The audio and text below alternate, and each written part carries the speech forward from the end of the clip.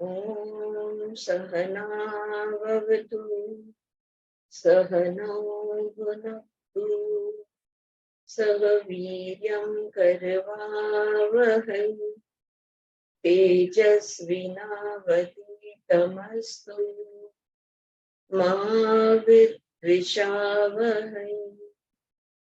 ॐ शान्ति शान्ति शांति।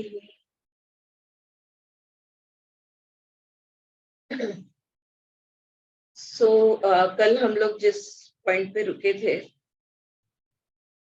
तो अग्नि देवता लज्जित होकर वापस आ गए। अग्नि देवता तिनके को जला नहीं पाए, सर्वशक्तिशाली है करके उनको आगे भेजा था। तो अब यहाँ पे स्टोरी कंटिन्यू होती है, आगे की कहानी हम सुनेंगे। द डेटीज टर्न टू वायु, बाकी सारे देव जो है ये वायु देवता की तरफ अब मुड़ते हैं और कहते हैं अथ वायुम ब्रुवम वायवेतद विजानीहि किमेतद यक्षमिति तथेति. Then it was the turn of Vayu. Yesterday we saw what had happened to Agni, the principle of fire, when it tried to understand that mysterious being, the Brahman. वो ब्रह्मण, वो जो अस्तित्व था, वो पहचान नहीं पाए और क्या हुआ हमने देखा. Today now we will be traveling with Vayu. अब हम वायु के साथ चलेंगे. The word Vayu, अब वायु ये जो शब्द है, the root contained in the word Vayu means to travel. वायु शब्द का अर्थ होता है प्रवास करना या टू ट्रैवल, टू स्मेल या तो जो गंध आता है ना, और टू ब्लो जैसे हम फूंक मारते हैं ना, तो उस तरह से. तो वायु इस शब्द का वो मतलब होता है. The meaning of the word vayu is to travel, to smell और to blow. That is what the air does, the wind does. So it was the turn of Vayu then to approach the Yaksham, the mysterious being, cognize it, understand it, and articulate about it. The Vayu का turn आ गया कि ये यक्षम उनके बीच में ये जो अस्तित्व था, इसको वो समझे और उसको पहचाने और उसके बारे में बताए. तो यहाँ वो कहते हैं वायुम ब्रुवम वायवेदित with, I will read it in Oh, the air, I will read it in this. Atha vayum bruvan vaya vetad vijanihi kimetad. Yani, O Vayu, O the air, the ether, please with all your powers, will you find out the mystery of that being? तुम भी तो इतने शक्तिशाली हो, तुम्हारी शक्ति से देखो जरा, पहचानो ये कौन है. तदभ्य द्रवत तमभ्य वढ़त कोसिति. The Vayu went near the Yaksha. कौन है ये देखो जरा. That mysterious being who made its presence felt, but did not disclose its form, its nature or its characteristic. ये जो जिसको यक्षम कहा गया है, ये जो ब्राह्मण है, वो अपना अस्तित्व जताता है लेकिन रूप नहीं लेता या गुण नहीं दिखाता. ओके, सो तमभ्य द्रवत, इट वेंट नियर इट, यानी उनके पास गया. तमभ्य वदत, that mysterious being said unto Vayu. तो वो जो ब्रह्मण था उसने वायु को कहा कोशिति, आप कौन हो, who are you, what are you, कौन हो, क्या हो आप. तो वायु हो अहम अस्मि इति अब्रुवन. तो उसने कहा कि मैं अस्मि, अहम अस्मि इति, I am Matarisva. The word Mataris in Sanskrit, Matarisa, yeah. So the word Mataris in Sanskrit means space, the emptiness of space. Matari, one who travels in space. Matarisva. It's Matarisva. Okay, Matarisva. So Vayu, as Agni, I had said, I am Jata Veda. जैसे अग्नि ने कहा था ना, मैं जात वेद हूँ, यहाँ पे वायु कहता है कि मैं मातरिस्व हूँ, यानी मैं जो आकाश तत्व है उसमें समाने वाला मैं वायु तत्व हूँ. आई नो एवरीथिंग, मैं सब कुछ जानता हूँ. देखो वायु तो कोने कोने तक पहुंचा हुआ है ना. तो the whole space is filled with वायु. तो वो कहता है I know everything, omniscient by my very nature, मेरा स्वभाव ही वो है कि मैं हर जगह पहुंच जाता हूँ, हर जगह हूँ, और इसलिए मैं सब कुछ जानता हूँ. Now Vayu says I am Matarishva by my very birth, मेरा जन्म ही ऐसे हुआ है. My abode is the emptiness of space, मेरे जन्मते ही ये पूरा आकाश तत्व जो है इसमें मैं समाया हुआ हूँ. And I can travel freely everywhere in the akasha in the space, और मैं कहीं से भी कहीं तक जा सकता हूँ. सो मातरिस्व अहम अस्मि इति यक्ष सेज तस्मिन् किम त्वयि वीर्यम अपि, तस्मिन् किम त्वयि वीर्यम अपि, व्हाट आर योर पावर्स, तुम्हारा वीर्य क्या है बताओ. What are your powers sir, you travel in the air, you can blow, you can smell, yes, what are your powers, ये सब तुम कर सकते हो, हर जगह पे तुम होते हो, लेकिन तुम्हारी शक्ति कौन सी है. What are you suppose to do, तुम्हारा काम क्या है, तुम्हारी शक्तियां कौन सी है. तस्मिन किम त्वयि वीर्यम अपि, तो वो कहता है आददीय इदम सर्वम पृथिव्याम. माता Rishva says, the Vayu says, sir, I can blow anything and everything that is on this planet. इस पृथ्वी तत्व पे कुछ भी होने दो, मैं हर चीज को उड़ाने की ताकत रखता हूँ. I can blow, मैं उड़ा दे सकता हूँ. I can carry, मैं गंध है ना, सुवास जो है या गंध जो है, ये तो वायु के बगैर फैल नहीं सकता, right. So I can carry even smell, मैं गंध को भी फैला सकता हूँ. That subtle thing which can not be seen, और वो गंध कैसा है, देखो गंध दिखता नहीं, अति से अति सूक्ष्म गंध होता है, तो गंध दिखता नहीं, which can not be felt, जिसको हम स्पर्श नहीं करते एक्सेप्ट थ्रू द नोज, सिर्फ हम उसको सूंघ सकते हैं. ओ yes, so you can blow, you can travel, you can smell. अच्छा, तो आप उड़ा सकते हैं, आप प्रवाहित है, या आप प्रसार, आपका प्रसार हो सकता है, और यू कैन स्मेल, और आप गंध भी आपको है. ठीक है. तस्मै तस्मै तृणम निद्वार निदधाव या निदधाव, तस्मै तृणम निदधाव, the mysterious being puts a straw in front of the Vayu. This is a figurative way of putting things. You know, it is a story for illustrating the meaning, the significance. It is a symbolical story. Otherwise, how can Vayu stand there in front of him? Please do not take it literally. It is a figurative way, a poetic way of explaining things.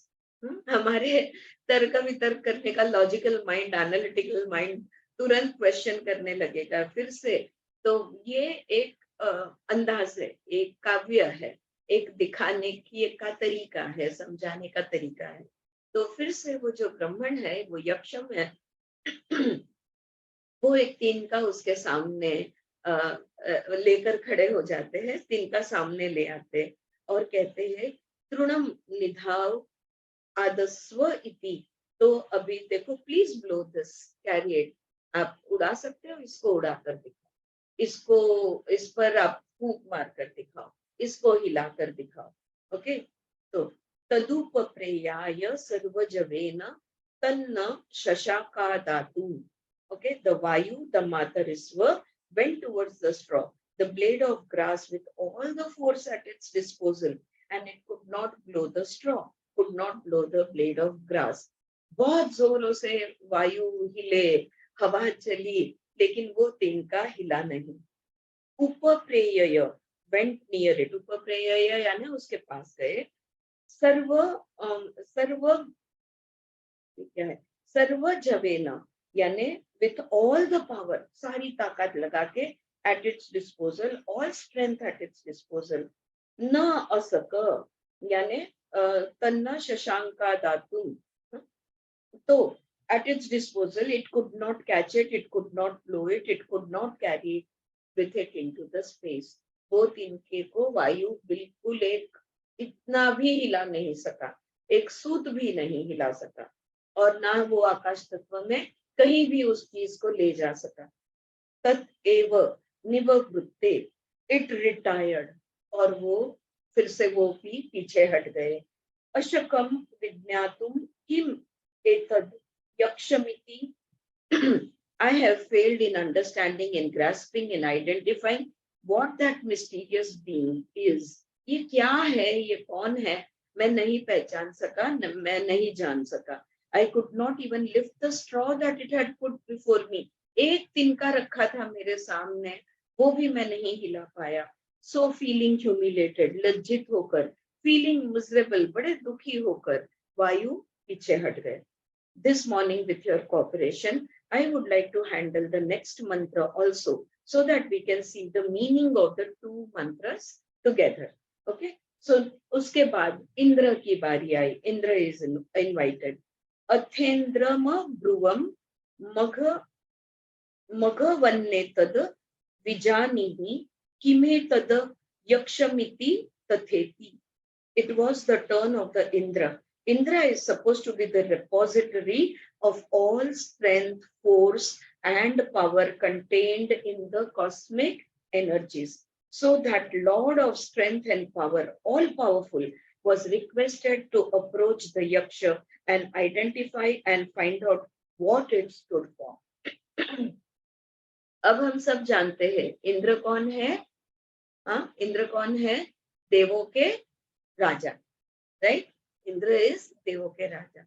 अब कौन से इंद्र की बात कर रहे हैं हम? कौन है हमारे देव और उसका राजा कौन है? इंद्र जिसको हम कह रहे हैं वो हमारे इंद्रियों का राजा इंद्र बनता है, राइट?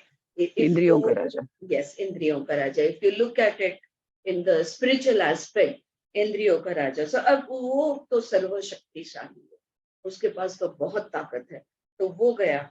मघवन एतद मघवन्ने तद विजानीहि किमे तद यक्षमिति तथेति। तो इंद्र से सो बी इट, ठीक है, चलो अब तुमसे नहीं बन पाया, मैं ही जाता हूँ। I will go and try, मैं प्रयत्न करता हूँ। तदभ्य द्रवत, इट वेंट नियर, तस्मात तरो दध। But what happened as soon as Indra went near the Yaksha, near that mysterious being, that mysterious being evaporated. Indra वहां पहुंचते ही वो यक्ष, वो ब्राह्मण गायब हो गया। Just disappeared, just गायब हो गया। And then what happened? फिर क्या हुआ? There, तस्मिन आकाशे, at that very spot, in that emptiness of space, जिस जगह पे वो यक्षम था, sorry, जिस जगह पे वो यक्षम था, वो जगह से वो गायब होते ही जहां पे था उस जगह में क्या हुआ? खाली बनाया ना वो, दैट एम्प्टीनेस ऑफ स्पेस। स्त्रीय माज नाम, एक मिनट, स्त्रीय माज काम बहुशोभमाना Uma Haimavati. Okay, in that very place, उसी spot पे, at that very spot, in the emptiness of space, appeared before Indra a superbly beautiful energy. वो यक्ष गायब हो गया और बहुत बहुत ही सुंदर ऊर्जा उस जगह पर हाजिर हो गई।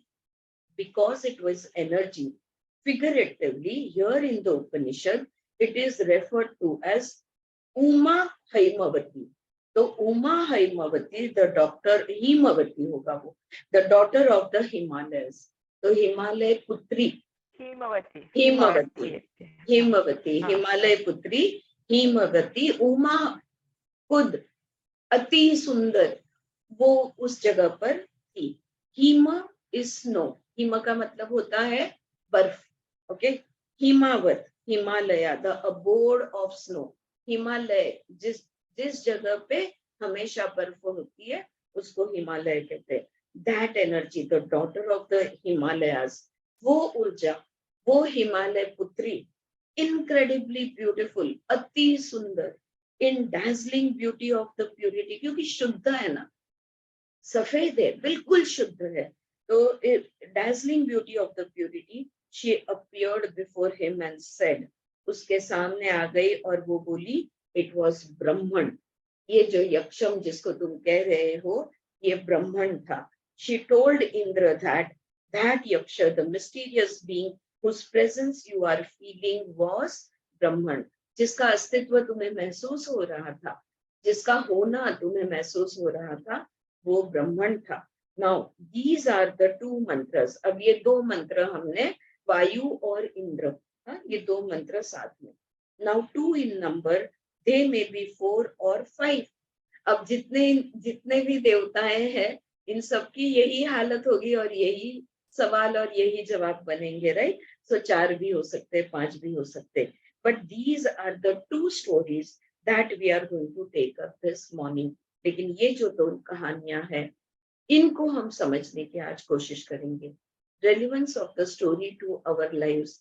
अब ये वहां पे समुद्र मंथन के समय, ये वहां पे देवताओं के बीच में जो हुआ, हमारी जिंदगी का उससे क्या लेना देना, right? What have we got to do? हमारी लाइफ को ये किस तरह से रेलिवेंट है, that is the question.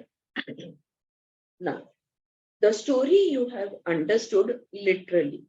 What is its relevance to our lives? कहानी तो हमने सुन ली, इस हमारी जिंदगी से क्या ताल्लुक?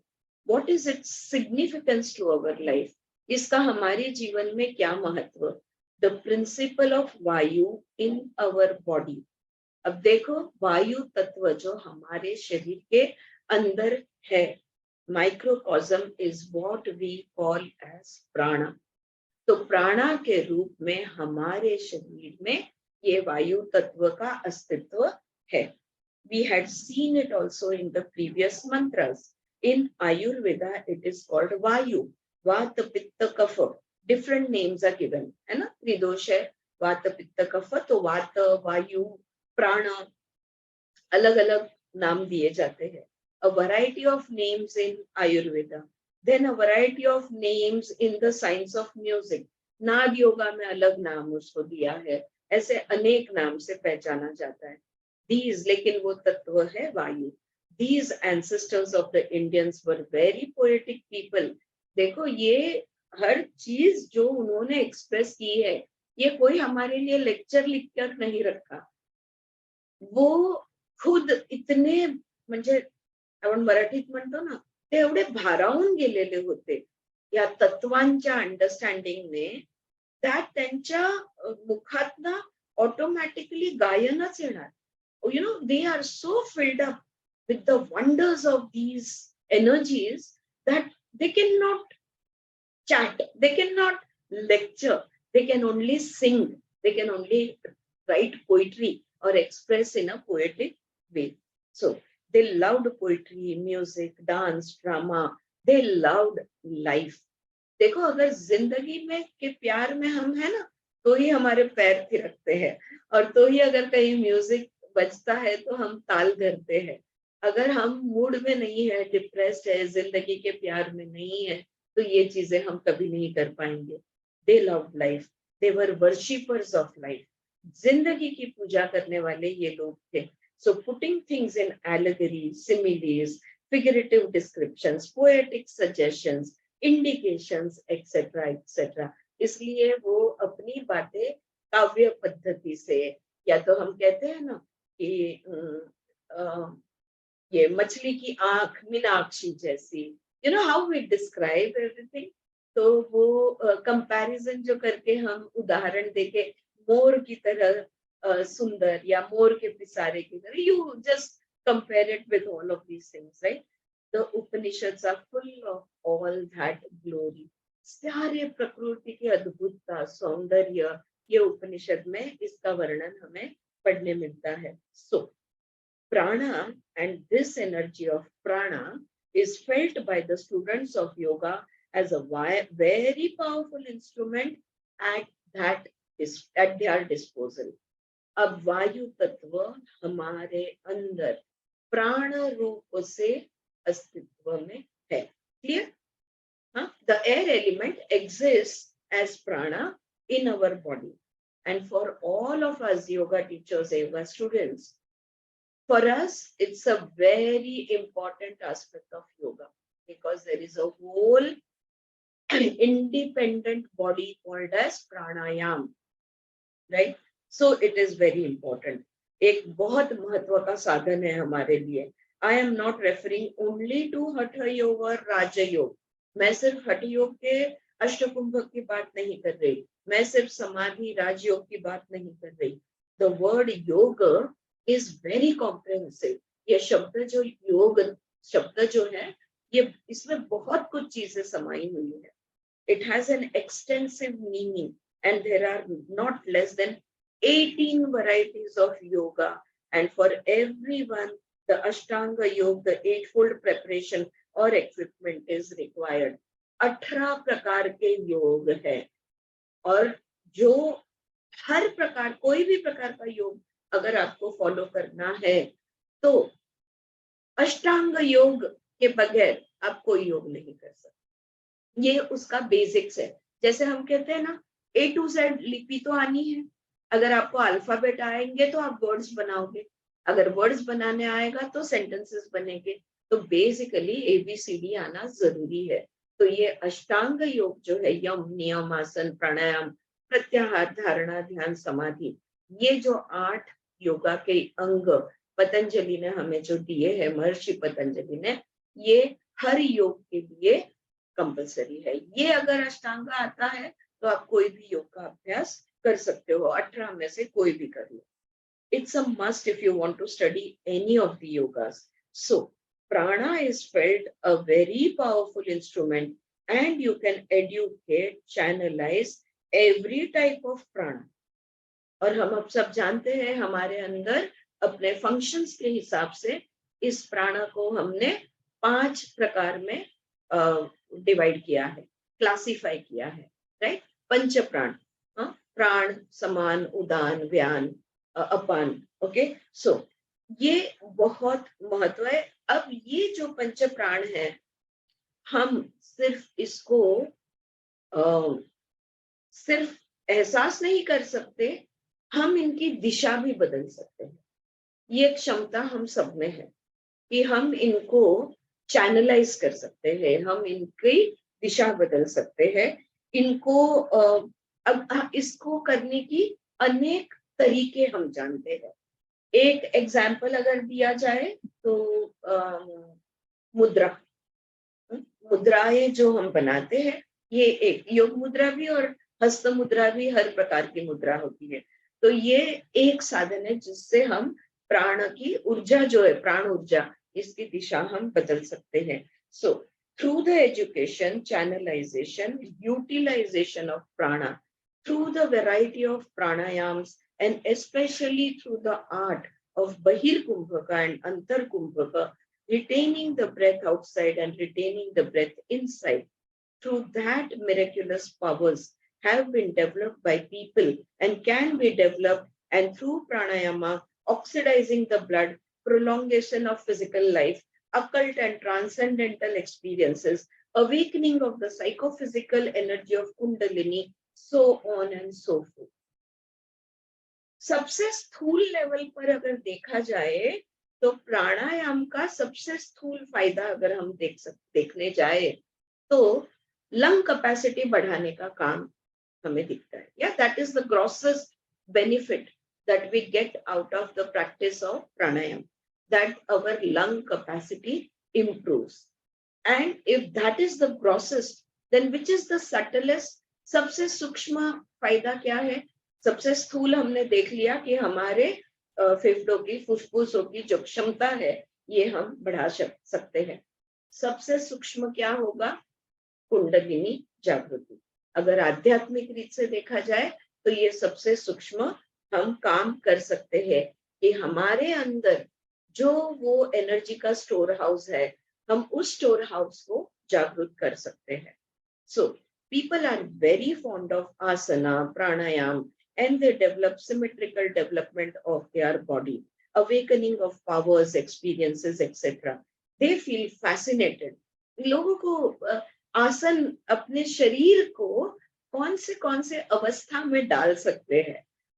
हर एक जन जो आसन को डेडिकेटेड है, वो हर एक जन अपने शरीर को अलग अलग पोस्टर्स एंड पोजेस अलग अलग अवस्था में डालने की कोशिश करते हैं, और ये लोगों को बहुत अद्भुत लगता है कि वाह, उसका बॉडी देखा कैसे बेंड हुआ, क्या फॉरवर्ड बेंडिंग है, क्या बैकवर्ड बेंडिंग है, क्या ट्विस्टिंग है ना. Everyone is fascinated by that also. असं आम्हाला हिच आनंदीचं बघताना वाटत होतं, तुम्ही जेव्हा आनंदीचा व्हिडिओ टाकला होता तेव्हा. हो, येस, दॅट इज ट्रू. या खूप जण आहेत, पण आनंदीच्या व्यतिरिक्त आपल्यामध्ये अतिशय सुंदर करणाऱ्या या पोरी अर्थात एक आहे Priyanka Gadekar. If you can see her on Instagram, amazing postures, amazing. So she is, I think, into her 7th or 8th month now, and if you watch her performing, beautiful, too good. Yeah, आपल्या बरोबरच होती, तुम्हाला आठवत असेल Priyanka, right? आता ती US ला settle. Alright. सो चाहे India हो, यूरोप हो, अमेरिका हो, आसन और प्राणायाम ये दो साधन है जिससे लोगों का दिल भर आता है, और बहुत लोग खुश होते हैं ये क्या कर रहे हैं करके. So there was a time in Europe and America when I was travelling for 25-30 years. 25-30 साल मैंने ट्रैवलिंग किया है यूरोप में, यूएस में. People were very fond of the हठ योगा पार्ट ऑफ इट. योग बोला तो उनके लिए आसन प्राणायाम यही योगा वो समझते थे. After having done it for 10 years, 15 years, they began to realize that all these eightfold path and also pranayama, it doesn't result in what you called as dhyan or samadhi. हालचाल करने से स्थिरता नहीं आती है. ओके, सो अगर तुमने सिर्फ आसन 10 साल 15 साल आसनों का अभ्यास रोज वही करके करके उनको ध्यान में आता है कि इससे तो मुझे ध्यान और समाधि की अवस्था तक हम नहीं पहुंच पाएंगे. somehow the quantum jump into the last stage, samadhi, invincible peace, inner equipoise, yogas chitta vritti nirodha, that does not result. कितना भी सालों साल तक हम खुद देख रहे हैं, है ना, कि सालों साल तक योग करते हैं. हमारे भी इंस्टीट्यूट में क्लासेस चलते थे, आज भी कुछ लोग चलाते हैं. वर्षों तक योगा चल रहा है. अगर जाके पूछो क्या तुम्हारा योग चित्त वृत्ति निरोध हुआ, एक जन भी हाँ नहीं बोल पाएगा. या तो ये ध्यान में आता है कि इससे चित्त वृत्ति निरोध नहीं होने वाला. द वृत्तिज गो ऑन, वृत्ति चलती रहेगी, क्रिएटिंग क्लेश, क्लेश तैयार होते रहेंगे. And students of yoga go on suffering mentally, though they live physically in good health. शारीरिक हेल्थ, आरोग्य अच्छा है, मानसिक आरोग्य अब भी आज भी दुख है, आज भी सफरिंग है, बुरा लगता है, गुस्सा आता है, सब कुछ होता है. Okay, so a kind of dichotomy between the physical and the psychological has been realized and appreciated. फिर ध्यान में आता है कि सिर्फ शरीर पे फोकस होने से मन अपने आप नहीं होता. ये मन और शरीर को एक लेवल पे लाना बहुत जरूरी है. Remarkable because it is the genuine integrity of their inquiry that has enabled the students and teachers of yoga in Europe, especially, and to some extent in USA, Canada, Australia, but more in Europe. Actually, देखो, मैं इस योगा के field में I've been around for 15-16 years. 15-16 साल से ही हूँ मैं इस फील्ड में. लेकिन शुरुआत के मेरे जो ऑलमोस्ट आई कैन से 7-8 साल जो थे ना, कभी भी meditation was never a part of our class. आसन होता था, प्राणायाम होता था, शवासन होता था, प्राणायाम होता था, ओमकार जप होता था, लेकिन मेडिटेशन का अंतर्भाव कभी भी नहीं किया गया था. उसके बाद में कभी कभार मेरा क्लास अगर रहता था तो मैं करवा दिया करती थी. आज अब मुझे पता नहीं है कि मेडिटेशन इंक्लूड किया है कि नहीं, शायद शांति बता पाए कि रेगुलर रूटीन में meditation has it been made a compulsory part of the practice of yoga, yes or no? All right? Or yes, Shanti, you want to say something? No, नहीं. So यही हालत है मोस्ट इंस्टीट्यूट्स की, most. तो क्या होता है ना शरीर निरोगी होता है, मन थोड़ा बहुत शांत भी होता है, नाही ऐसा नाही. जास्तीत जास्त त्राटक जास्तीत त्राटक जास्त जास्तीत त्राटक. जास्त पण त्राटक हा. ते शुद्धिक्रियाच्या, पण हा त्राटकामध्ये थोडीशी धारणा होते, ध्यान हा आणि बस समाधी इन्क्लुडेड नाही नाही. नाही नाही तर ध्यान जे करून घ्यायला पाहिजे ना, that has to be inclusive. तो एनीवे, तो वही बात यहाँ पे विमला जी कह रही है कि लोगों के बाद में ध्यान में आने लगा कि सिर्फ आसन, प्राणायाम, ओंकार जप, इवन ये शुद्धि क्रियाएं, इससे काम नहीं बनेगा. कौन सा काम? चित्त वृत्ति निरोध का काम नहीं होगा. चित्त वृत्ति निरोध के लिए एक प्रैक्टिस है जो करनी ही है, वो है धारणा ध्यान. मेडिटेशन इज मस्ट फॉर चित्त वृत्ति निरोध. That is the only way, the fastest way, the easiest way to remove your thoughts, to calm down your thoughts, to reduce the number of thoughts, to slow down the mind, to experience the pause, even if it is for just a fraction of a second, right? So that is what she is talking about over here. So now they ask themselves, what next? तो आसन प्राणायाम के बाद अब लोग पूछने लगे, ये आगे क्या? Asanas, pranayam have given us very much more. Many unexpected things have happened. Yes, आसन से बहुत सारी benefits है जो हमको मिले हैं. Experiences have happened, and yet the inner peace, the inner wholeness, the inner equipoise is not there.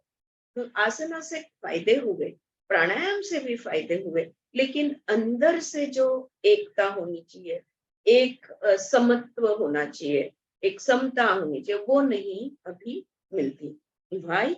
Because that all powerful प्राणा क्यों नहीं मिलती? वो जो सर्वशक्तिशाली प्राण है has not been able to lift the straw. वो प्राणायाम हमने किया, लेकिन वो सर्वशक्तिशाली प्राण भी उस तिनके को नहीं हिला पाया है, इसलिए चित्त वृत्ति निरोध नहीं हुआ है. कौन सा तिनका? कौन सा तिनका? The ego. Yeah, yes, Shanti, you were to say something. Okay, the ego is बरोबर है. The ego is the straw. All right. The all-powerful prana has not been able to lift that straw, which is the ego in our human life. उल्टा का तो मैंने देखा है कि थोड़ा बहुत अध्यात्म आने लगा तो ईगो और बड़ा हो जाता है. Unfortunately, that is the truth. Yeah, that ego is a straw. It is a blade of grass because it has only conceptual reality. क्या मतलब हुआ? दिखाओ कहाँ है तुम्हारा ईगो? थियोरेटिकल. थियोरेटिकल. हाँ, ईगो नाम की चीज हमने सिर्फ थियोरेटिकली हमको मालूम है. It is an idea, it is a concept, it is absolutely a concept. Okay, अगर है ईगो तो दिखाओ कहाँ है, कैसा दिखता है, कहाँ रहता है, क्या करता है, बता सकते हो? नहीं ना. So that is the thing. It is just a conceptual reality, and that anything that is a conceptual reality, you cannot move it. बस एक ख्याल बना दिया है कि मैं ग्रेट हूँ, मैं ग्रेट हूँ. It's an illusion. It's an illusion. It's an Maya. illusion. Yes, it's an illusion. It is a Maya, and it is just an idea. I am so great. All right. So that is just an total illusion. All right. So that ego is a straw. It is a blade of grass because it has only conceptual reality. It has not got any factual substance as the external sense organs have. कान हाँ है, कहाँ है? ये रहा. क्या करता है? सुनता है. देखो बाकी सब बंद कर दो, सिर्फ इसको खुला रखो. सुनाई देगा? हाँ देता है. रियलिटी सत्य है, एक्चुअल में है. Okay? You have limbs, you have nose, eyes, ears, then you have the sight, the hearing. दृष्टि है, श्रवण है, स्वाद है, वाचा है, मन है. You know, all of these things we are having, right? The audition, you have the articulation, but they have substance. physical substance, factual content, but ego has only a conceptual content. It is an idea. All right. It is a conceptual monitor. It hasn't got, it is not a limb, it is not a sense organ. ये हमारा अंग नहीं है. कितने इंद्रिय बताए हैं आयुर्वेदा में? 11 इंद्रिय बताए हैं या? पंच कर्मेंद्रिय, पंच ज्ञानेंद्रिय और मन. क्यों ईगो नहीं बताया? या सोचने वाली बात है ना? तो क्योंकि ये सिर्फ एक आइडिया है. It is a conceptual monitor. It hasn't got, it is not a limb, it is not a sense organ. न ही अंग है और न ही उस अंग की ऊर्जा है. It is not like brain, lungs, heart, जैसे हमारे फुफ्फुस है, हमारा हृदय है, उस तरह से वो नहीं है. So all the powers derived through asanas, pranayam, pratyahar, and even dharana, the science of concentration, where the mantra yoga, nada yoga have been used at least in the Oriental world to cure physical sickness, to cure even psychological sicknesses, imbalances, for purifying the yajnas. All that has been used, and yet all that, those sacrificial rites and those eightfold, no, rather sixfold steps of yoga, they have not enabled us for the liquidation of the imaginary entity. I like our choice of words. Liquidation of the imaginary entity. All right. बस हमारी कल्पना है सिर्फ. और यहाँ पे वो कह रही है कि आसन, प्राणायाम, प्रत्याहार, सारे जो 6 अंग है, ये सारे अंग मंत्र योग, नाद योग से शरीर को भी ठीक करने की क्रियाएं हम करते हैं. लेकिन सारा यत्न, कितने भी यत्न कर लो आप, ये हमारे इस ईगो को, इस अंग, वो अंग है ही नहीं हमारा, इस चीज को वो मिटा नहीं पाए हैं. शरीर को ठीक किया है, मन की बीमारियों को भी ठीक करने के लिए हम ये सब चीजों से ठीक कर सकते हैं, लेकिन इस अहंकार की कोई दवा आज तक नहीं मिली. Do you see what the story signifies for us? आ रहा है ध्यान में इस कहानी के माध्यम से ऋषि हमें क्या कह रहे हैं? That you may do things, not that you they should not be done. ऋषि ये नहीं कह रहे हैं कि मत करो. ऋषि कह रहे हैं तुम जो चाहो कर सकते हो, but the purifying, sophisticating, refining the physical, the verbal systems of our being, the layers of our being, do not enable us to uncover the reality or the secret of reality, the meaning of life. शारीरिक, वाचिक शुद्धि, कितना भी आप शुद्धि कर लो, कुछ भी कर लो, लेकिन सत्य का गुण तुम नहीं जान सकते. कोई वाचा के माध्यम से सत्य तक हम नहीं पहुंच सकते. जो जीवन का सार है, जो जिंदगी का अर्थ है, उस तक हम कोई भी साधन के माध्यम से नहीं पहुंच सकते. This is the significance of the first part of the मंत्र. तो ये मंत्र का जो पहला भाग है, वो भाग का ये मतलब बनता है. ब्यूटिफुल है कि नहीं? सुचित्रा, यू रिमेम्बर हमने ये पढ़ा था, और आई थिंक योगिता को बीए के लिए था, हमने केन उपनिषद पढ़ा था. एंड आई हैव मराठी मध्ये वाचलेला आपण, and I have heard other masters also speak on this. I have not heard this interpretation anywhere. Right? I am sure some masters have done it. I have not heard. That is my shortfall. Okay, लेकिन such a fantastic, I mean मी भारावून गेले ऐकून. असं वाटतं थोडं थांबावं आणि ह्याला जरा चावावं, थोडासा चिंतन मनन कर ले इस बात को, इस ईगो की बात को, कि वो जो तिनका, वो ब्रह्मण हर एक के सामने पकड़ता था.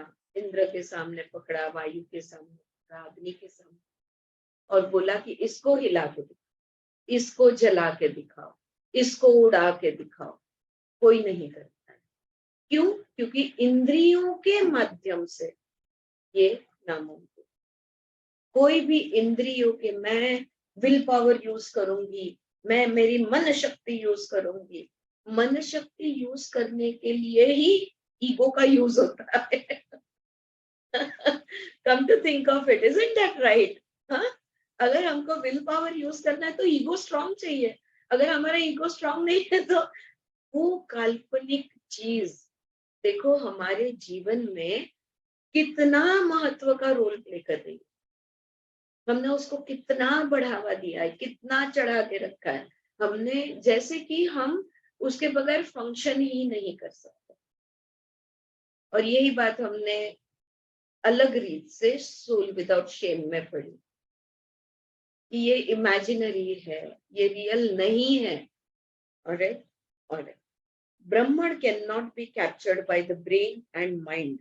Please turn with me to the second one. Indra, in our case, in our life, indicates the complexity of the mind and and the brain together.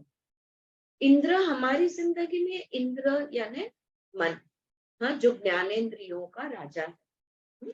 जो भी ज्ञानेंद्रिय के पास आंख, नाक, कान, जीवा, इनके पास जो भी आता है ना, वो मन हर चीज को पढ़ता है। मन इनको ऑर्डर देता है कि देखो या मत देखो, सुनो या मत सुनो, राइट? तो ये ब्रेन और माइंड दोनों मिला के, मन भी और बुद्धि भी पकड़ लो आप, टुगेदर, बहुत कॉम्प्लेक्स है। ये इंद्र है। In one word, in Sanskrit language, they would call it buddhi. इसको हम कहते हैं बुद्धि। So intellect as the faculty of the cerebral, बुद्धि भी मन का ही हिस्सा है। With all its conditioned energies, Indra represents the complexity of the mind and brain together. So, Indra has gone there to understand the mystery of the being. अब कहानी पे जाओ वापस। इंद्र गए ना उस यक्ष को, उस अस्तित्व को जानने के लिए इंद्र गए। यानी कौन गया? बुद्धि गई। वो सिर्फ बुद्धि नहीं है, वो मन भी है, वो सारा चीज, एवरीथिंग इंक्लूसिव है, right? Mind and brain all together. और समझने की कोशिश की उसने कि ये क्या है, ये जानने की कोशिश की, ये समझने की कोशिश की। The Brahman, and that is what we do with our brain, with our buddhi, with our mind. हमारे दिमाग से, हमारे मन से, हमारे बुद्धि से हम यही काम करते हैं, ब्रह्मण को समझने की कोशिश करते हैं। क्या ये मुमकिन है? नॉट पॉसिबल, इम्पॉसिबल चीज हम करने की कोशिश कर रहे हैं। We feel that the mystery of life can be uncovered through mental movement. सोचेंगे, चिंतन मनन करेंगे तो शायद हम इस ब्रह्मांड को अनुभव कर पाएंगे। Through the movement of the brain, the intellect, it can be captured in a word, in a thought, that it can be captured in our experience. एक शब्द में, एक विचार में, एक अनुभव में इस ब्रह्मांड को हम पकड़ने की, ग्रास्प करने की कोशिश करते हैं। So the mind tries. तो इंद्र, मन ट्राई करता है। After the speech, the perception, the prana, जहाँ पे वाचा, जहाँ पे दृष्टि, जहाँ पे प्राण सब फेल हो गए, वहां पे मन अब जाके कोशिश कर रहा है। Now it is the mind that has come into the field of identifying the Brahman, naming it, recognizing it, and uncovering its mystery or meaning. ये कौन है? ये ब्राह्मण कौन है? ये यक्ष कौन है? ये अस्तित्व किसका है? तो ये उसका नाम, उसकी पहचान, ये जानने की कोशिश बुद्धि करती है। This is where the human race stands today. इस मोड़ पे आके मनुष्य जाति रुक गई है। मनुष्य प्राणी इस मोड़ तक आके रुक गया है। After having achieved the marvels of science and technology, high technology with the help of nuclear energies, electronics and so on, the human brain, the human being somehow, even without uttering it to himself or herself, there is a conviction inside that the Brahman, the divinity, must be and can be captured with the cerebral movement or mental movement. हमारे अंदर का देव तत्व, हमारे अंदर कुछ और है। अगर हमें कुछ और, once you understand the mind, man would have stop. चलो मन समझ में आ गया, हो गया, गेम ओवर, यहाँ पे चैप्टर क्लोज करते हैं। किसी भी फील्ड का आज तक कोई चैप्टर क्लोज नहीं, कुछ है, कुछ और है, there is something more, and we are trying to catch hold of that something more, and so we keep looking and digging and digging and digging and digging, right? The human brain, the human being, somehow, even without uttering to himself or herself, there is a conviction inside that the Brahman, the divinity, must be and can be captured with the cerebral movement or the mental movement. ऐसा कैसे कि हम समझ नहीं पाते? अरे हम, इतनी ताकत है हमारे पास, हमने न्यूक्लियर एनर्जी को भी हार्नेस कर लिया है, हमने सोलर एनर्जी को भी हार्नेस कर लिया है, हमने तत्वों पे भी मार्क करने की कोशिश करके कुछ कुछ एरिया में उस पे भी हमने कैप्चर कर दिया है। तो ये ब्रह्मांड कौन है? बुद्धि से समझने की कोशिश करते हैं। The brain, the mind wants to objectify the Brahmand. हमारी बुद्धि, जो हमारा मन है, ये उस ब्रह्मांड को कुछ अस्तित्व, कुछ रूप देना चाहता है। अच्छा, रूप नहीं है, कोई बात नहीं, एटलीस्ट नाम तो दे देते हैं। उसको पहचान, एक अलग पहचान, ऑब्जेक्टिफाई यानी एक अलग उसकी पहचान बनाना की कोशिश कर रहा है। They create a subject object relationship with it in order to say that I know it. मेरी आत्मा नहीं मानती, मेरी आत्मा का भूत। We say these phrases, we all know that there is a presence within us, all right, but we have objectified it. मैं अलग हूं, मेरी आत्मा अलग। ये हो गया सब्जेक्ट ऑब्जेक्ट रिलेशनशिप, ये बना के हमने रख दिया है। तो यहाँ पे वो कह रहे, तस्या मतम यस्य मतम यस्य वेद न Vedas. So we have in the second chapter, we have seen that the one who says he knows, knows not, and one who knows that he knows not seems to be knowing. Second chapter में ही हमने ये बात को देख लिया, जो कहता है मैं जानता हूँ, वो जानता नहीं, और वो जो जानता है कि वो जानता नहीं, उसको कुछ तो समझ में आ गया है। Okay, so what happened here? क्या हुआ यहाँ पे? The mind with all its power, ये मन बुद्धि जो है सर्वशक्तिशाली, including the brain and all its power, try to approach the ultimate reality, the Brahman, the divinity, with the help of words, with the help of thoughts, scriptures, experiencing powers, occult experiences, etc., etc. And to the great surprise of the mind and the brain, the moment it tried to think about Brahman, it gets lost into silence, because Brahman cannot be the object of a thought. अब इंद्र गए उस अस्तित्व के पास, बराबर है?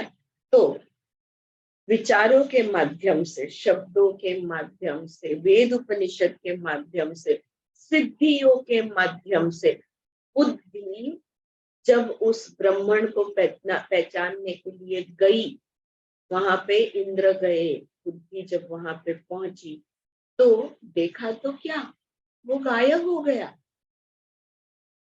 वो जो भी अस्तित्व था वो गायब हो गया। यानी क्या मतलब हुआ? शांत हो गए। It got lost into silence because Brahman cannot be the object of thought. शब्द विचार के माध्यम से ब्रह्मांड को हम नहीं जान सकते। It cannot be an object of perception. It cannot be an object of audition. It cannot be an object of articulation or speech. It cannot be an object of conception. You cannot conceive about it. You cannot describe it into a word. You cannot convert it into an idea.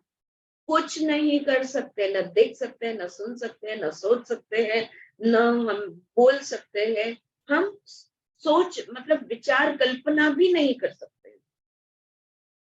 use your imagination. Imagine a white light on top of your head flowing down into your body. हम imagination भी नहीं कर सकते. और जब हम कुछ भी नहीं कर सकते क्या होता है? क्या होता है? The divinity, the mind stops because the Brahman, the divinity disappears. अगर बुद्धि से इसको समझने को जाओगे तो ये गायब हो जाएगा.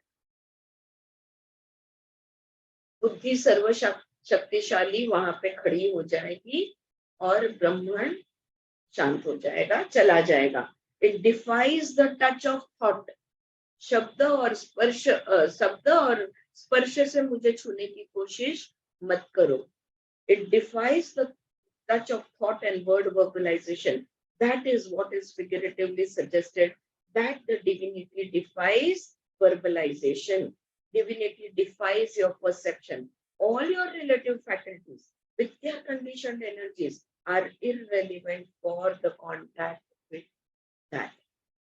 बुद्धि से तुम उसे छू नहीं सकते, इस तक पहुंच नहीं सकते. राइट?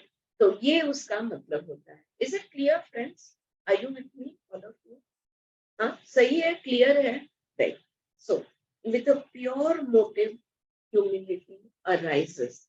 अब वो मन जो है उसने देखा कि यार ये मन बुद्धि जो है उसने छूने की कोशिश की, जानने की कोशिश की, ये तो पॉसिबल नहीं है. जब उसने ये देखा तो क्या हुआ? If the mental efforts and intellectual efforts have an integrity, listen to her words, what she is saying. शब्द का उपयोग देखो, शब्दों के जो प्रयोग यहाँ पे किए गए हैं उनको देखो. If the mental efforts and intellectual efforts, मन शक्ति और बुद्धि की शक्ति, have an integrity, अगर उनमें थोड़ा भी कुछ एकत्व है या ईमानदारी, मैं कहूंगी कि अगर वो बिल्कुल ईमानदार है, if they are for learning and discovering, बड़ी ईमानदारी से, बड़े नादानी से, जेन्युइनली दिल से अगर वो सीखना जानना चाहते हैं, at least the motivation is pure. अच्छा चलो ठीक है और कुछ नहीं, लेकिन उसका जो मोटिवेशन है, उसकी जो प्रेरणा है, ये अगर सच्ची है तो, and not polluted with ambition, और यहाँ पे कोई एम्बिशन अगर नहीं है, विथ एक्विजिटिवनेस, मैं ये पाना चाहती हूँ, मैं ये करना चाहती हूँ, मैं जो भी एक पकड़ने की कोशिश या लेने की कोशिश, अगर वो नहीं है, अगर एक्विजिटिवनेस नहीं है, विथ ग्रीड, अगर उधर वो बोलते हैं ना कि मैं इसके ऊपर ताबा लेके ही रहूंगी, वो अगर नहीं है, अगर पूरी तरह विनम्र है, अगर पूरी तरह से इंटीग्रिटी है, यानी जेन्युइन है, बहुत सच में दिल से ईमानदारी से सिर्फ जानना पहचानना चाहती है, तो with acquisitiveness, with greed, etc., comparative ambition, others have had it, I must have it, why not I? Out of jealousy, out of comparison, out of competition. अगर ब्रह्मण को जानने की बुद्धि से कोशिश की तुमने, क्यों? क्योंकि वो कर पाया तो मैं क्यों नहीं? उसको आत्म साक्षात्कार हुआ तो मुझे भी होना चाहिए. अगर या जेलसी है या कंपैरिजन है या कंपटीशन है, when the mind realizes, when the brain realizes that all its movements are futile, unrelated to any further exploration, जब मन बुद्धि के ध्यान में आता है कि कोई प्रयत्न यहाँ पे काम नहीं आने वाले, जितना प्रयत्न करेंगे और खड्डे में जाएंगे, दलदल की तरह, और अंदर अंदर घुसते जाएंगे. तो जब वो ध्यान में आता है कि अगर मैं इस चीज को समझना चाहता हूँ, मैं इस अस्तित्व को जानना चाहता हूँ, तो कोई गति मेरे काम नहीं आएगी, कोई प्रयत्न मेरे काम नहीं आएगा. ये जब मन बुद्धि को रियलाइज होता है, जब उसके ये ध्यान में आता है, तब जाके then a genuine, a very precious humility arises in the mind. तब वो बिल्कुल विनम्र हो जाता है कि नहीं, इसके आगे तो कुछ नहीं चलने वाला। जो भी कुछ मेरा मैं मानती हूँ, इसमें से कोई चीज मेरे काम में नहीं आने वाली। इस अस्तित्व को जानने के लिए, इस ब्रह्मण को जानने के लिए, ये जब ख्याल आ जाता है कि मुझे बहुत गर्व है अपने शरीर का, अपने इंद्रियों का, अपने शक्तियों का, अपने तत्वों का, लेकिन इसमें से कुछ भी काम में नहीं आने वाला है, तब वो अहंकार, वो ईगो चूर चूर हो जाए, वो बिल्कुल चूर चूर हो जाएगा। और जब वो चूर चूर हो जाएगा, तभी वो विनम्र भाव, ह्यूमिलिटी, हम्बलनेस जिसको कहते हैं, वो जागृत होगा। We will turn, precious humility arises in the mind. यहाँ पे वो कह रही है we will turn to those mantras tomorrow. What happens to the Indra, etc. वो हम अभी देखेंगे. But let us finish with the symbology and its significance in our daily life. We are here to learn. We don't want to become philosophers and give lectures about Upanishads. Isn't this true? हम सब यहाँ पे सीखने के लिए बैठे हैं। हमको कहीं जाके कोई लेक्चरबाजी नहीं करनी, उपनिषद पे प्रवचन नहीं करने, कुछ नहीं, बस हम सीखने के लिए, समझने के लिए सब यहाँ बैठे हैं। You and I are interested in living. हम जीना चाहते हैं and discovering the essence of life. जिंदगी 100% जीना चाहते हैं, टुकड़े टुकड़े में नहीं, पूर्णत्व से जीना चाहते हैं। Discovering the essence of life for ourselves, for the क्लेश मुक्ति कैवल्यम। क्यों? क्योंकि हम क्लेश से पूरी तरह मुक्त होना चाहते हैं। हम कैवल्य, जिसको क्लेश से पूरी तरह मुक्त होके जो अवस्था बनती है, उसी को तो कैवल्य कहते हैं। Don't imagine that there is some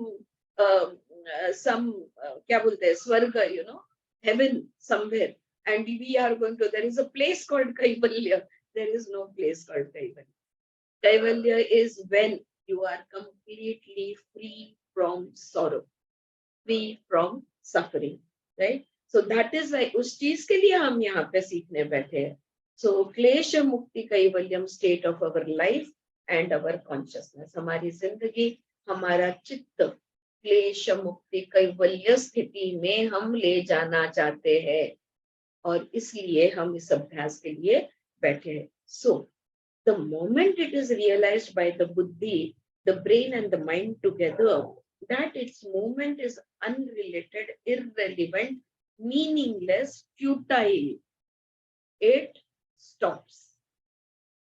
बुद्धि के ध्यान में जब आता है, यहाँ पे कोई प्रयत्न काम में नहीं आने वाले. मन के ध्यान में आता है कि इतना ज्ञान हमारे पास है, लेकिन वो कोई ज्ञान यहाँ पे काम पर नहीं आने वाला. जब ये रियलाइजेशन होता है, वो रुक जाता है. It stops. द स्टॉपिंग, ये जो रुकना है, the discontinue of the mental movement, ये जो प्रयत्न चल रहा था ना बुद्धि का, मन का, सोचना, समझना, चिंतन, मनन, निधिध्यास, उस निधिध्यास को भी रोक देते हैं हम. इसको जब पूरी तरह हम रोक देते हैं, so it stops. No, the mental movement is what is implied. So the stopping, the discontinuity of the mental movement is what is implied by the word humility. ये जो शब्द है ना, humility, जिसको हम विनम्रता कहते हैं, ये विनम्रता शब्द का ही अर्थ है कि गति का रुकना, रुक जाना, to stop. All right. So it stops, it discontinues its movement, and yet remains open. रुक जाता है, लेकिन अपने आप को बिल्कुल खुला छोड़ देता है, अपने आप को ओपन रख देता है.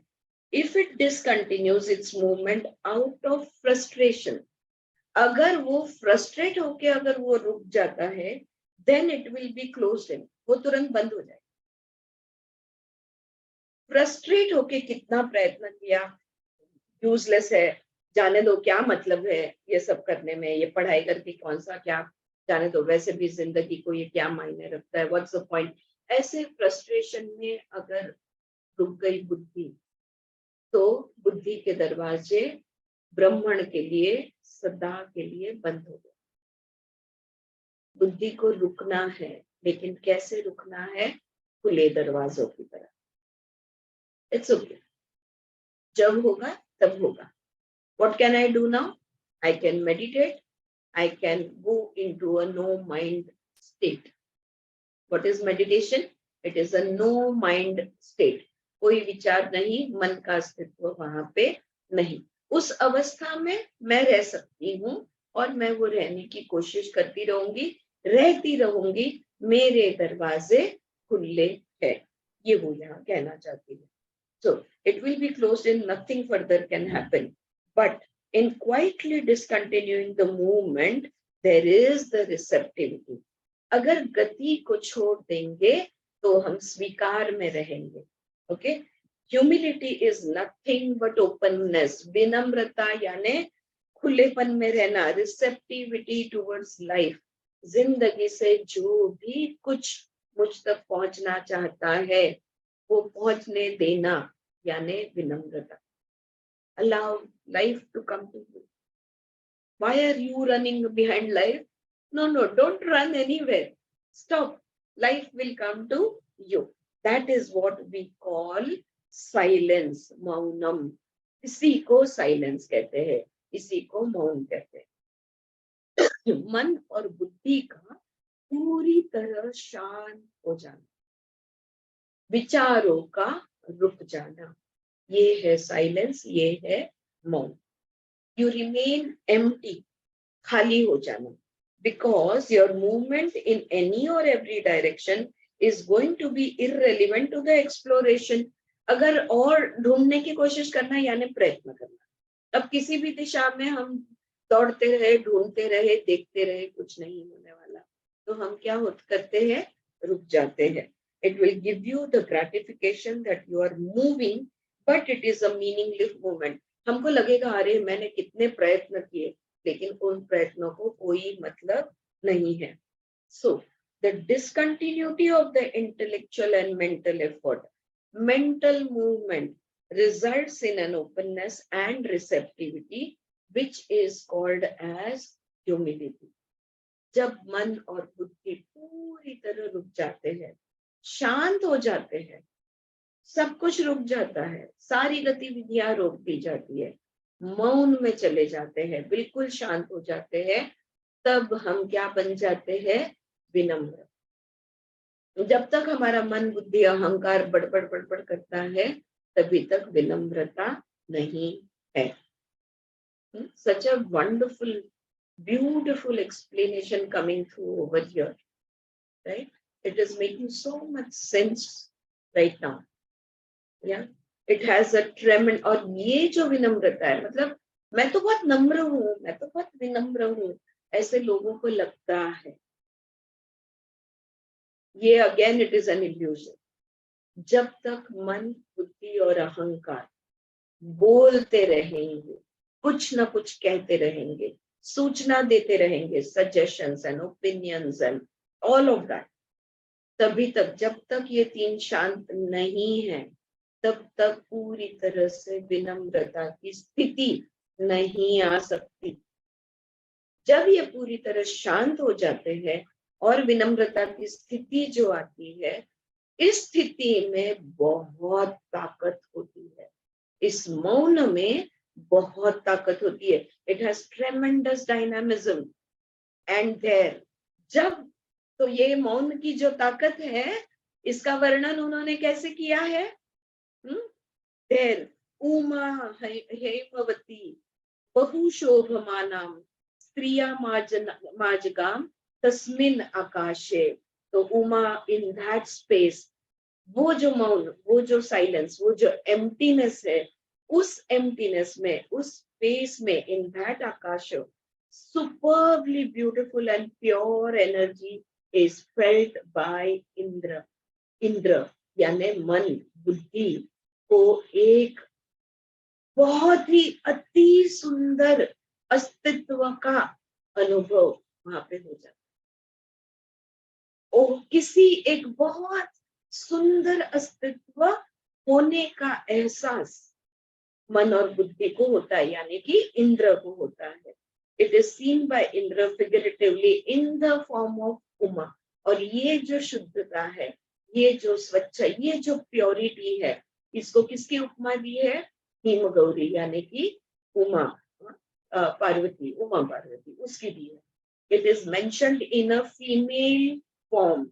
अब देखो दूसरी, देखो कितना कितना अभ्यास और कितना इसके पीछे एक समझ है. It is mentioned in a female form. स्त्री है, वहां पे पुरुष भी तो खड़ा हो सकता था, है ना, क्योंकि वो ब्राह्मण यानी पुरुष ही है. एम आई राइट? राइट. लेकिन स्त्री रूप क्यों यहाँ पे बताया है? It is mentioned in a female form because the word energy indicates female gender. ऊर्जा जो होती है ये स्त्री तत्व होता है. That is poetry. ऐसी है इनका काव्य, ऐसा है इनका काव्य. एनर्जी एक्चुअली देखा जाए, ऊर्जा जो है, it is neither male nor female. ना ये स्त्री तत्व है, ना ये पुरुष तत्व है. But poets can take liberty, can't they? लेकिन कवि कल्पना को भी तो हमने थोड़ा सा स्थान देना है. हाँ, इनको थोड़ी सी लिबर्टी देनी है. अगर सौंदर्य बताना चाहते, शुद्धता बनाना चाहते, सुंदर कहना चाहते हैं, तो स्त्री रूप ही देंगे वो. Right. So in the discontinuity of the mental and cerebral movement, in that space of emptiness, within you flashes an energy as pure as the snow, as if it were born in the Himalaya. Himavatim, daughter of the Himavat, the abode of purity. तो वो जब सब कुछ रुक जाता है, सारे प्रयत्न रोक देते हैं हम, सब कुछ बिल्कुल मौन में चले जाते हैं, बिल्कुल रुक जाते हैं. कोई विचार नहीं, कोई शब्द नहीं, कोई सिद्धि नहीं, कोई प्रार्थना नहीं, बिल्कुल कुछ भी नहीं. तो उस खाली जगह पर, उस रुक जाने के बाद, इन दैट एम्प्टी स्पेस क्या होता है? एक बहुत सुंदर ऊर्जा महसूस होती है, जो हिमालय की बर्फ की तरह बिल्कुल सफेद और बिल्कुल प्योर है. The literal meaning of the word Uma और हिमवती और गौरी, ये तीन शब्द है ना, Uma, Himavati, Gauri, is literally purity, sheer purity, अति शुद्ध, बहुत बहुत शुद्ध जो चीज होती है, उसको कहते हैं उमा या हिमवती या Gauri. Attar purity. As the snows are without blemish, so was that energy. देखो एक काला दाग नहीं होता इस बर्फ पे, इस सुंदर शुद्ध बर्फ की चादर पे, एक काला दाग नहीं. ऐसी ये ऊर्जा है. Alright. Now, pure energy appears when all efforts ceases. तो क्या बात समझ में आई? जब सारे प्रयत्न छोड़ देते हैं हम, तब ये ऊर्जा आकर खड़ी हो जाती है. Now, why are they calling that energy pure like snow, unpolluted? इस एनर्जी को वो बर्फ की तरह शुद्ध क्यों बुला रहे हैं? Because it is not. क्यों शुद्ध बुला रहे हैं, है ना? Why are they comparing it to pure like the snow of Himalayas? शुद्ध कौन सी चीज है? कोई कह सकता है? It is written over here, of course I'm reading from here. लेकिन can you guess what is pure? What in this universe, what in this world can be referred to as pure, unpolluted, pure? Can you think? Untouched. Space is untouched, unpolluted. Space. काही नाही आम्ही होतो. हाँ. Yeah, but by Space, what? space is untouched. I am asking by what? Untouched by what? Yeah. All right. Untouched by human thought.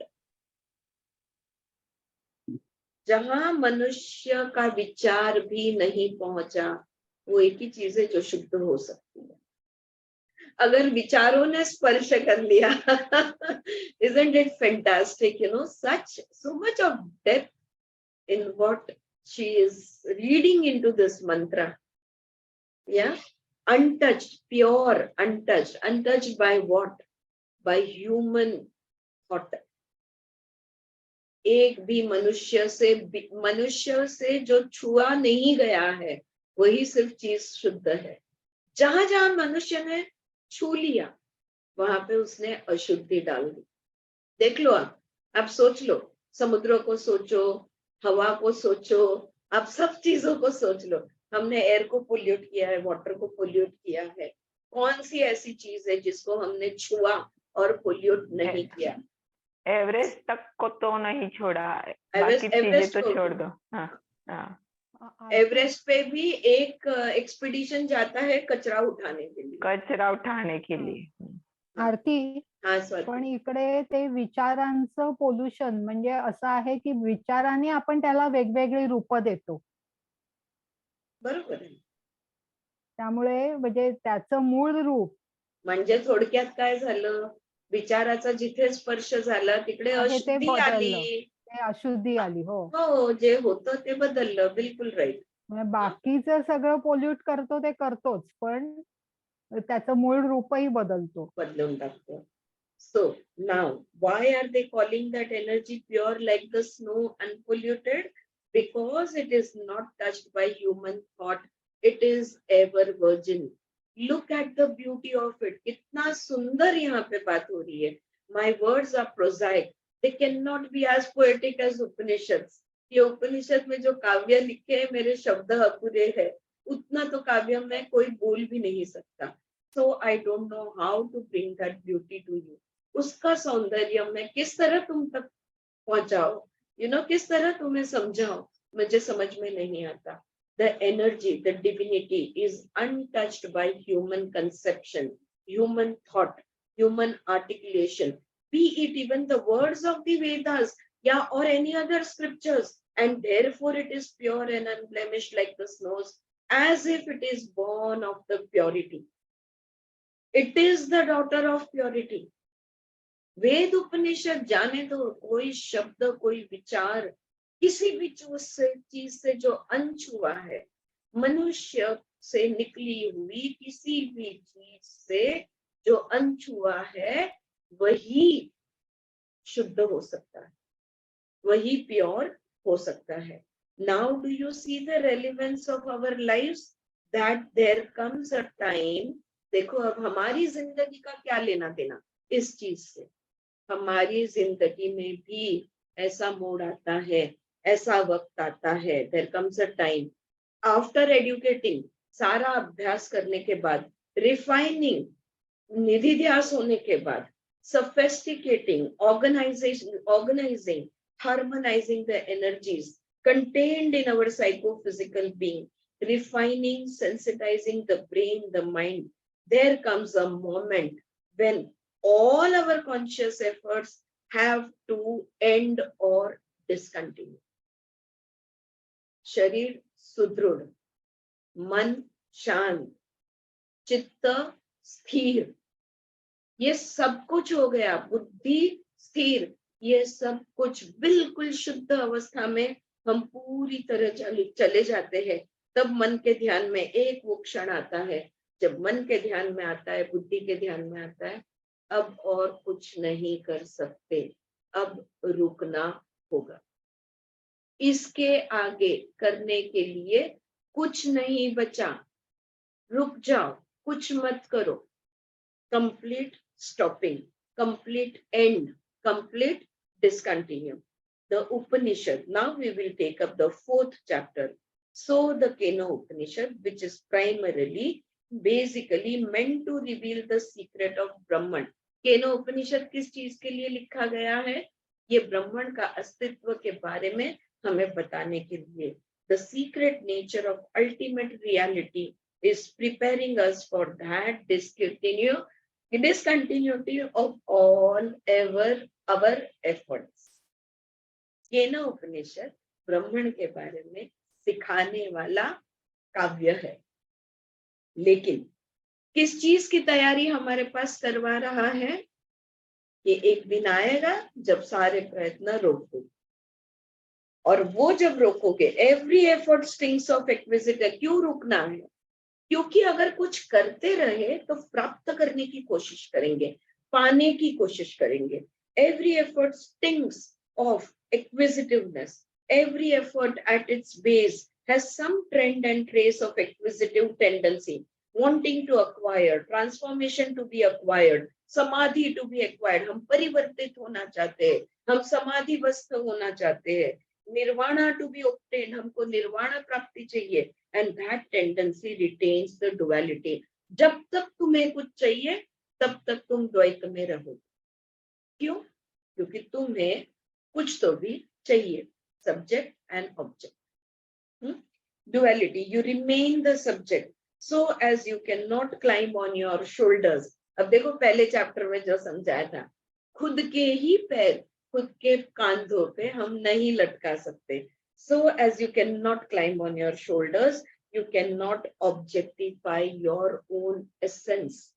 तुम जो हो उसको तुम समझ नहीं सकते, उसको ऑब्जेक्ट नहीं बना सकते. So Upanishad is preparing you and me for that magnificent dimension of silence.